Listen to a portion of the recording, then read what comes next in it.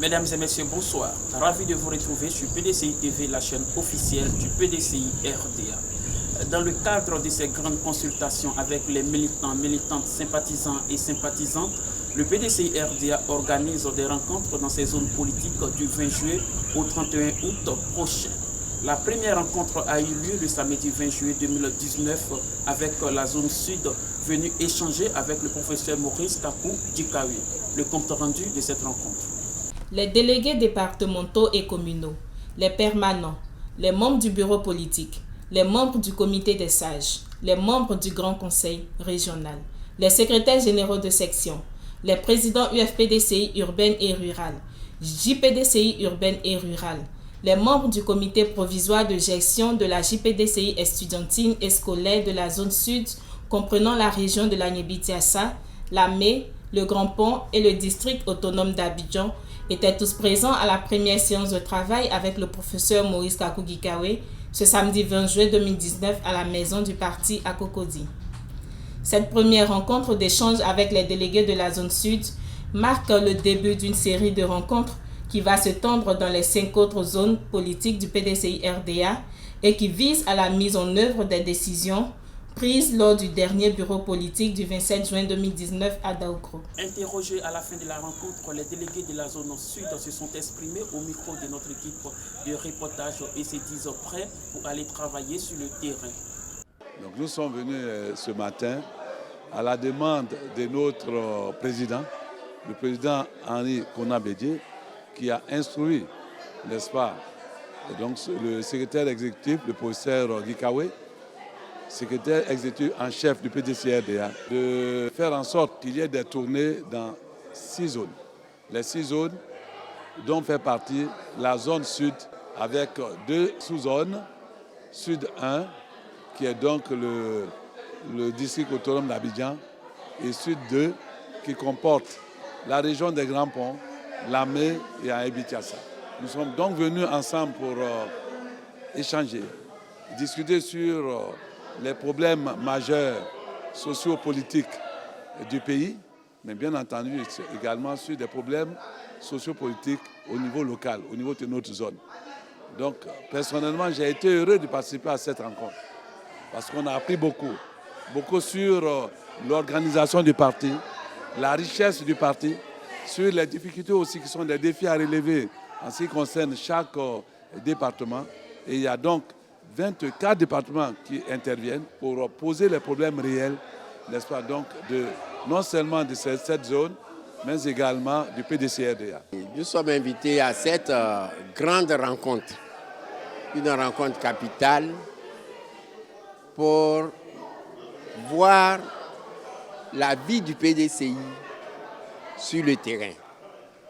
Parce que beaucoup de déclarations se font. Qu'il y a exode vers le RHDP. Effectivement, certaines têtes qui, de peur d'être évincées de leur poste, de ne plus avoir de tabouret, sont obligées au fait de partir. Mais ce n'est que du superflu parce qu'en réalité, leur cœur reste au PDCI. Et nous sommes venus à cette cérémonie où tous les délégués départementaux ont eu droit à la parole, ont eu à exprimer leur ras-le-bol. Quand le président Bédié dénonce certaines choses, on dit qu'il est xénophobe. Mais moi-même qui suis devant vous, en tant qu'ancien maire, je vous invite à regarder vos extraits de naissance où il n'apparaît pas la nationalité de nos pères et la nationalité de nos mères. C'est une porte ouverte à la nationalité. Donc je pense que c'est une réunion importante. Le PDCI, aujourd'hui, avec l'alliance avec les partis d'opposition, devrait, en principe, montrer aux partis au pouvoir que le terrain appartient au PDCI. Parce que sous le règne du PDCI, il y avait la paix, il y avait la cohésion sociale, il y avait toutes les régions qui profitaient. Alors, je pense que les Ivoiriens doivent être conscients qu'il ne s'agit même plus de parti politique, mais il s'agit de notre Côte d'Ivoire. Et le PDCI est le seul parti qui peut réunir tout le monde autour de son parti pour que, effectivement, la Côte d'Ivoire renaisse et que nous retrouvons notre Côte d'Ivoire. Nous sommes heureux de cette rencontre parce que nous souhaitions comprendre ce qui se passe réellement. Et ce programme, dans le secrétaire exécutif en chef a décidé de faire, ça nous va droit au cœur. Comme un bon militant, il faut que nous disions que ça nous va droit au cœur. Pour le PDCI RDA, dont nous avions perdu le pouvoir, alors le PDCI ne peut pas rester comme ça en accompagnant les autres frères. Il faut que cette alternative se fasse à notre profit. C'est pour cette raison que nous sommes venus très nombreux ce matin écouter et discuter ensemble pour trouver une bonne solution de notre parti. Le parti qui a créé la Côte d'Ivoire moderne, avec Félix Houphouët-Boigny. C'est une bonne rencontre parce que d'abord ça permet à tous les responsables politiques de la zone de se voir, d'échanger, de fraterniser et de prendre les instructions du président du PDCI. Ensuite, ça permet également de savoir la température du PDCI dans les différentes délégations. Je pense que c'est une très bonne rencontre et à la sortie de cette rencontre, j'espère que les responsables, les premiers animateurs du parti dans les différentes zones et dans les différentes délégations feront le travail qu'il faut pour que le PDCI revienne au pouvoir. Je me réjouis de pouvoir participer à cette rencontre aujourd'hui qui réunit la zone sud. Voilà, entendons par là le district d'Abidjan, la région de la Niébi-Tiassa, la région des Grands Ponts et la région de Lamé, qui nous permet de fraterniser et de communier aux couleurs du PDCI RDA.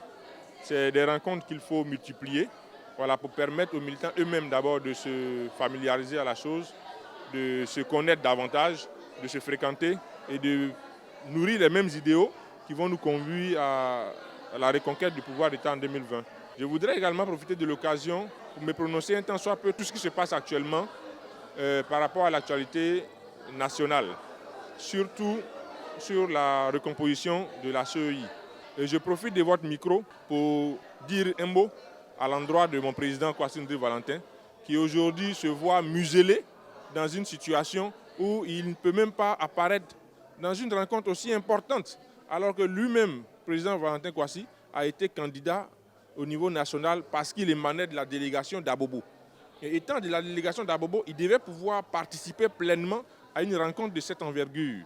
Et c'est quelque chose qui est à déplorer, et cela n'est pas bon. Nous devons nous concentrer sur cet aspect pour dire que le pouvoir du RHDP est en train d'opérer un recul démocratique en Côte d'Ivoire, et cela n'est pas bon. Cela n'est pas vivable, cela n'est pas bon pour une démocratie, une jeune démocratie comme celle de la Côte d'Ivoire. Nous devons unir nos forces pour faire en sorte que ce pouvoir également ne soit plus là en 2020 et que nos acquis démocratiques soient rétablis dans leur entièreté et que nous allions à une Côte d'Ivoire rassemblée et réconciliée. En ce qui me concerne, c'est une bonne initiative de venir nous entendre, nous comprendre et poser nos doléances à l'instance supérieure du parti. Nous sommes déjà sur le terrain, nous avons commencé. Ce n'est qu'une continuité. Nous sommes très contents. Nous demandons à ce que ces genres de réunions, rencontres se passent au moins une fois dans le mois pour nous galvaniser plus. Parce qu'il faut qu'on soit sur le terrain. Si on veut gagner la bataille pour l'an 2020, il faut qu'on travaille, il faut qu'on descende dans les quartiers, dans les comités de base, parce que c'est dans la base qu'on doit travailler avec les militantes du PDCI RDA pour reconquérir le pouvoir en l'an 2020. Nous revenons toujours sur la rencontre avec le professeur Maurice Kakou-Dikawe et les délégués de la zone sud. Cette fois-ci, en vous proposant l'ambiance qui a prévalu ce jour-là. Le PDCI-RDA est plus que jamais debout pour la reconquête du pouvoir d'État en 2020. En témoigne la forte mobilisation des militants et militantes de la zone sud, dont la région de la Mé, la Niébi-Tiassa, les Grands Ponts et le district d'Abidjan, venus échanger avec le professeur Maurice Kakou-Dikawe le samedi 20 juillet 2019 dernier. Dès leur arrivée, les militants n'ont pas manqué de s'inscrire sur les listes de présence avant leur installation. L'auditorium de la maison du parti a refusé du monde ce jour-là. C'est sous les bâches que certains militants se sont installés pour suivre la cérémonie sur des écrans géants. C'est aux environs de 12h30 que le professeur Maurice Kakou-Dikawe a fait son entrée dans la cour de la maison du parti. Il est allé d'abord échanger quelques poignées de main et saluer les nombreux militants, militantes et sympathisants installés sous les bâches, eux aussi venus écouter le mot d'ordre du parti. C'est sous des ovations nourries que le secrétaire exécutif en chef, accompagné de certains collaborateurs, a fait le tour des bâches. Après, il a fait son entrée dans la salle de l'auditorium, toujours sous l'ovation des militants et militantes. C'est donc dans une ambiance de fraternité et de convivialité que s'est tenue la première séance de travail avec les délégués, notamment ceux de la zone sud. La place OCP1 de Yopougon a abrité le samedi 20 juillet 2019 dernier le lancement de la campagne de réconciliation mondiale et de soutien pour le retour du président Laurent Gbagbo en Côte d'Ivoire. Cet événement a été organisé par le Front populaire ivoirien FPI et la plateforme EDS, Ensemble pour la démocratie et la souveraineté. Suivons ensemble le compte rendu de notre équipe de reportage. On notèrent à ce meeting la présence de Mme Eive Simon Gbagbo, vice-président du FPI, du secrétaire général le professeur Assoa Adou et de nombreux cadres de ce parti. Après la libation, l'hymne national a marqué le patriotisme et l'attachement à la nation ivoirienne. Les allocutions ont porté sur la mobilisation des militants du FPI autour de la réconciliation afin de les inciter à s'inscrire dans une dynamique de plan de campagne qui se fera dans les différentes régions du pays. Assoa Adou, secrétaire du FPI, a livré un message du président Laurent Gbagbo tout en exhortant les militants à se mobiliser pour son retour. Aujourd'hui, pour mettre son enfant à l'école, on nous dit inscription en ligne. Mais inscription en ligne, c'est pour enrichir les autres. L'enseignement public n'existe plus. L'école privée a été totalement privatisée. L'enseignement secondaire privatisé. L'enseignement supérieur, d'après les études, est à 90% privatisé.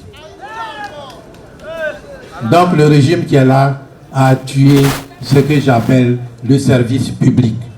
Mais chose plus grave, ils ont tué l'administration. Oui, l'administration publique a été tuée. Pourquoi? Lorsqu'on laisse de côté les étudiants qui sortent de l'ENA pour nommer comme administrateurs de région des analphabètes, excusez-moi,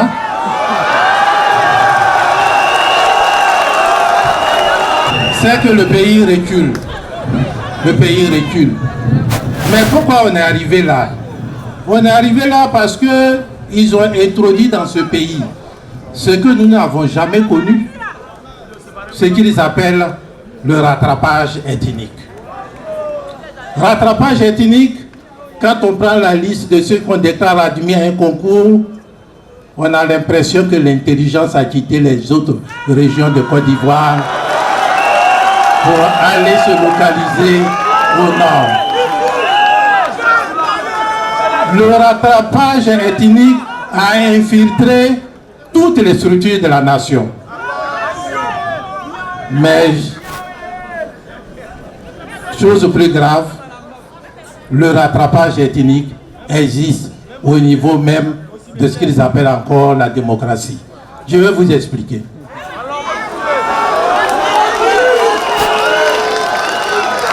Pour être député, si vous vous présentez, vous voulez être député.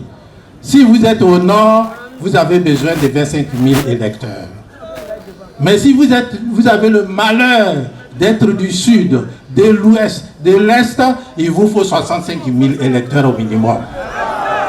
Monsieur le ministre des Mines, je vous ai suivi l'autre jour, on a arrêté 30 personnes, 60 personnes. Non! Il faut sortir tous les orpailleurs des forêts, des plantations et des parcs.